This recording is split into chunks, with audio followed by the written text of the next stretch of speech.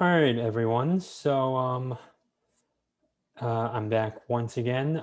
So I'm going to be talking a little bit about college and just what I recommend for the next generation that's going to be coming up in this, the Gen Zers, if you will.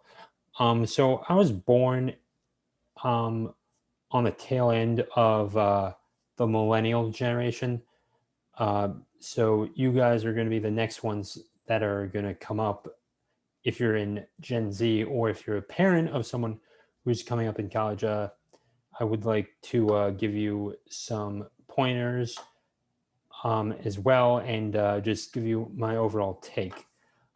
So I played college hockey, and I certainly did enjoy that aspect of college, but I can honestly tell you that if I had to do it over again, like if I get a second shot at being 18 and it's 2012 again, like like if it's late 2012, early 2013, if it's that period once again, and I get a second chance to decide um if I want to work, take a gap year, um or just never go to college and actually go get a trade, I would have gotten a trade.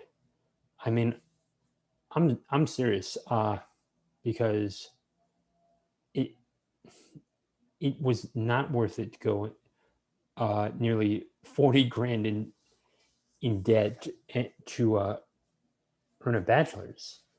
And and let's say you're going to go to engineering. Um, at the very least, take 2 years community college and just save money and just work at Subway or Panera Bread or something, and save up your money and live at your parents' house. I'm not kidding about that one. Like, save your money, of course. And to those that do not know what they want to do, take a gap year. Go work at a diner. Go, um, just heck, if you really want to, um, go travel around and just see things and just solve people's problems. Get into the community for goodness sakes. I mean, we need people that are building things that are going to be able to create the infrastructure, and college is not going to cut it for some liberal arts degree. It's not the way uh, that we really can educate ourselves. If you can get an apprenticeship, get a mentor, and or go into a trade and actually just, you know, get to know yourself a little more on what you like to do and what type of work you want to do, just go ahead and just take some time with that. And at the very least, you'll have more skills to put on your resume, whether you use them or not. I mean, for example, just some Microsoft stuff and as well, and that could still transfer over, and at the very least, you'll have the basics down. So just something to consider. If you want to be a math teacher, um, there's no other way around it. You're gonna need a 4 year degree, but see what you can do in terms of a community college degree and not go to a 4 year school, or at least not for the final years. Just save your money. I mean, yeah, I would honestly um, just save as, like, don't go tens of thousands of dollars into debt. There was something from Forbes.com, and to be a freelancer, you don't even need a 4 year degree. I mean, most of it, what you will learn in university college is not going to teach you how to build up an Upwork profile or a Fiverr profile. Like there's no real class that teaches you how to like truly market yourself and actually go get the clients. I mean, you have a little bit of marketing as well, unless you specialize it in there. But I mean, getting the clients should have been the first thing you're taught in marketing, is how to get clients, not just advertising. I mean, if anything, it was more of advertising is what I learned mostly. And I mean, I barely learned marketing. I was not that good at class.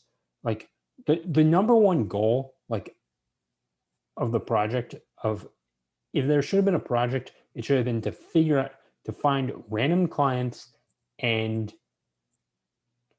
that people that you don't have a connection to, some random person, and you have something that they want, and even something like selling lemonade on a hot day.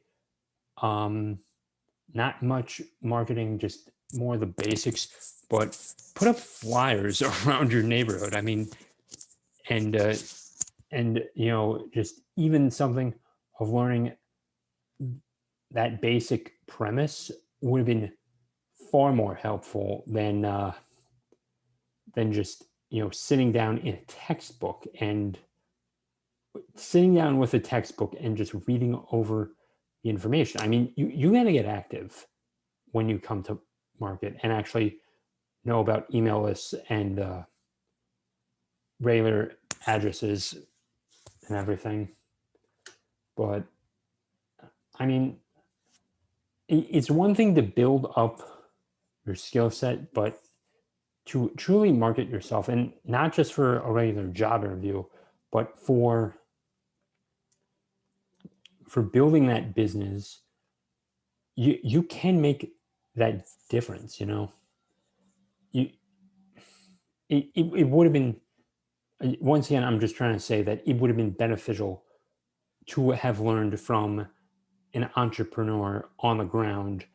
And like, I'm not talking someone like Grant Cardone. I'm talking someone like, even from our professor, like just teach us like how to find people on the internet and how to get our content out there. I mean, that's why I'm grateful for the mentor I have that has taught me this stuff, and I'm still have a lot to learn with all of this. And I just wish, we could have been a bit more clear on this, because you put something in a textbook with like terrible language, it's like, of course you're going to be disinterested in it and just not do your thing. And please excuse the background noise if you hear that. But yeah, definitely just go learn to just find clients, and yes, start with your friends too. Of course, absolutely, start with your friends, and then tell them to go recommend your product or service to someone else. And I found a few people that wanted me to do some projects on Upwork, but some things didn't work out and some things did. So I guess that's just going to make the difference, that is that put yourself out there and let people know who you are, like what you do and how you, and even a little bit of how you do it, not the whole thing, because you may want to just sell that information one day, and just have some fun videos to go along with your serious content. And that'll do it. Until the next time, stay safe, stay great. I'll talk to you then, and peace out.